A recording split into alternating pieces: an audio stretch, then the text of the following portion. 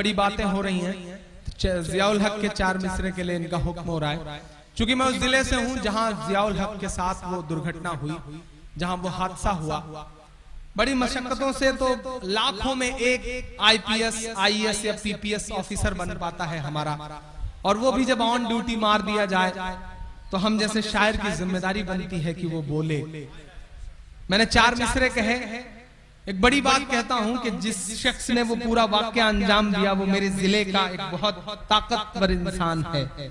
Mic पर खड़े होकर के मोदी से लेके ओबामा तक के बारे में बोलना बड़ा आसान है, लेकिन अपने जिले में खड़े होकर के अपने जिले के जालिम के खिलाफ बोलना बड़ा मुश्किल काम है। लेकिन मैंने बोला है आपकी दुआओं के भरोसे। मैं सिर्फ इसलिए बोल लेता हूं कि जब मैं किसी मंच पे खड़ा होता हूं, किसी माइक पर खड़ा होता हूं और बोलना शुरू करता हूं तो मेरी आंखों के सामने शिवपुर का मंजर आ जाता है कि हजारों माएं बहनें मेरे लिए दुआएं करती हैं। मेरी आंखों में हिंदुस्तान के किसी शहर का मंजर आ जाता है। तब मैं कह देता हूं कि अर्श वाले मेरी तकदीर सलामत रखना, अर्श वाले मेरी तकदीर सलामत रखना, जमी के सारे खुदाओं से उलझ बैठा हूं। मैं कोशिश कर रहा हूं कि जालिम के मुंह पर उसको उसके जुल्म का एहसास दिला सकूं, क्योंकि ये भी एक ईमान का हिस्सा है। ये हदीस है, अल्लाह के रसूल ने कहा कि ईमान का 3 दर्जा है। अगर कोई जुल्म कर रहा है और तुम में ताकत है तो उसके सामने अपनी ताकत से जुल्म को रोक दो। नहीं कर सकते तो दूसरा दर्जा यह है कि अगर कोई तुम्हारे सामने जुल्म कर रहा है तो अपनी जुबान से उसे बुरा कहो, उसके सामने उसे बुरा कहो। और सबसे निचला तबका यह है कि अगर ये सब भी नहीं कह सकते तो दिल में उसे बुरा मानो और हट जाओ।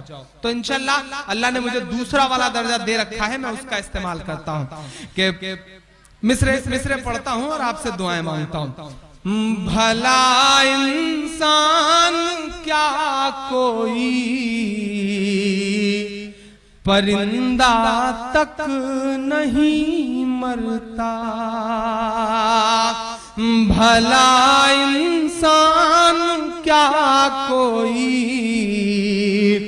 परिंदा तक नहीं मरता, भला इंसान क्या कोई परिंदा तक नहीं मरता, कोई जांबाज फिर बेमौत यूं नाहक नहीं मरता, सियासत अपने तेवर सख्त कर लेती तो ये तय था हमारे घर नहीं जलते, जियाउल हक नहीं मरता, हमारे घर नहीं जलते,